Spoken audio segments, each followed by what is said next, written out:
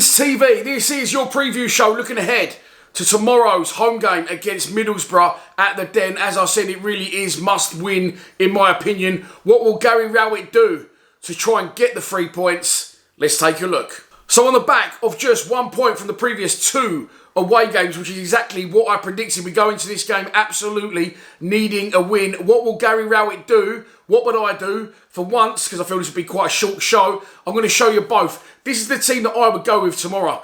And the idea I thought of going for at the back was there would be more impetus on the final third of the pitch. And for me, go with what's proven, go with what you know. Benicophobe, Anton Bradshaw up front, bring one person back into the midfield.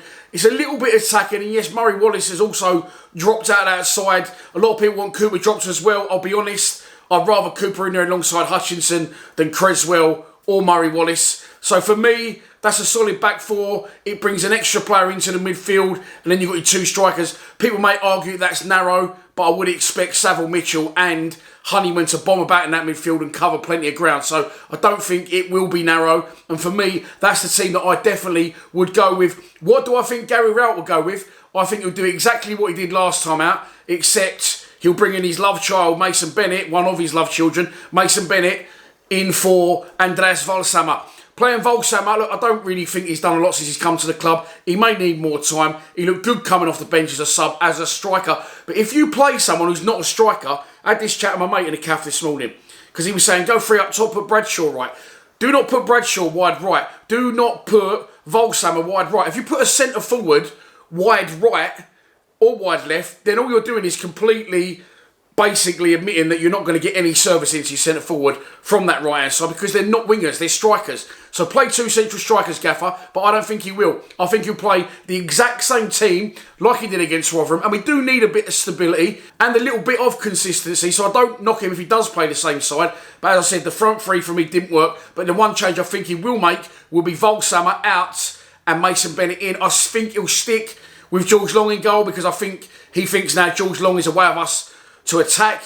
And I said this in my preview show, sorry, my post-match for Rotherham, I can't get this point across how I'm really trying to emphasise it. When Gary Rowett comes to the club, he wouldn't have wanted to play long ball. He wouldn't want, if you said to him, 3 years from now, when your 3-year plan's up and you're in year 4, and you still haven't done anything, then you're going to play this way, with George Long pumping balls into the opposition box. And when we take centre, it's going to be like a rugby centre. We're going to play it back to George Long, and he's going to pump it long, and the rest of our team are going to run in a fucking rugby-style formation towards the opposition half. I think Gary Rowett said, no, you're getting me out, mate. I'd never revert to that. But he has reverted to it because he must be feeling the pressure for 1, and 2, he has absolutely no idea how to attack football teams and unlock doors. And that is down to the manager. The players will have to play to his instruction, and it just looks like someone just pulls the plug. When we get to the final third, fuck, what do we do now? All right, we'll go backwards. So Rowett has reverted to the long ball via the goalkeeper, which he will hate.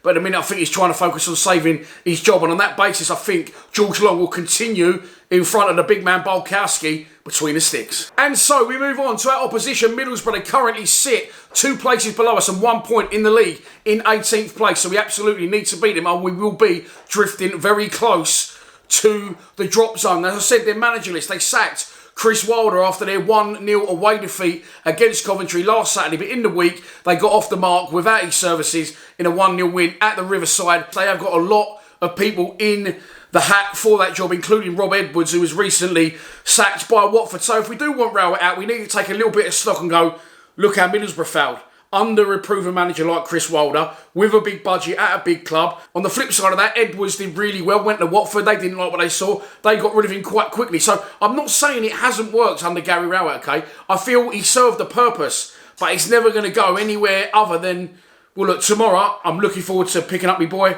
I'm looking forward to getting to the game early, getting in the box, few beers, watch the early kickoff, seeing all the boys. It's all good to that point, but then it's just boonk, and just it's the games that I'm not enjoying. I'm enjoying everything else, but just not the games. I'm going to give you a prediction now, so let's hope that we enjoy this one tomorrow. And so this is your pre-match prediction, and here we go. We're going to draw the game. I think it's going to be 1-1. I think Middlesbrough score early. Again, shock. And I think we'll claw our way back into it. Maybe with a late goal from Benicophobe, maybe off the bench if he doesn't start. For me, still not good enough. For me, exactly what I predicted. I've got 1 point from the last 2 games.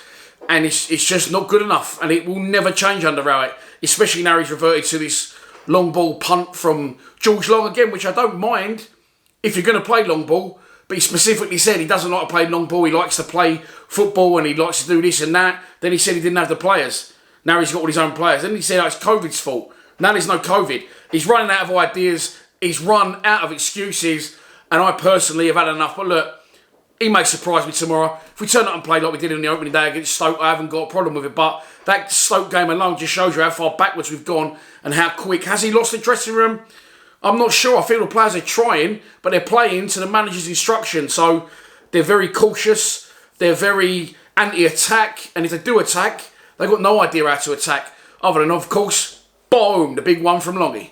And that is your lot for this preview show. I hope you have enjoyed it. Sorry it's a day late. We're running slightly behind. That's because, of course, we play Rotherham on Wednesday, not Tuesday. So just keep the cycle going. Keep the videos pumping. Let's hope that the players can break the cycle of not attacking and try and attack tomorrow and get a few goals. The fan score predictions from the other boys at Lions TV will be going out very shortly after this video. And if you think you know what the score's going to be, do not be shy to put it in the comments below. I nearly mixed up my words there, but I'm not doing another re-edit.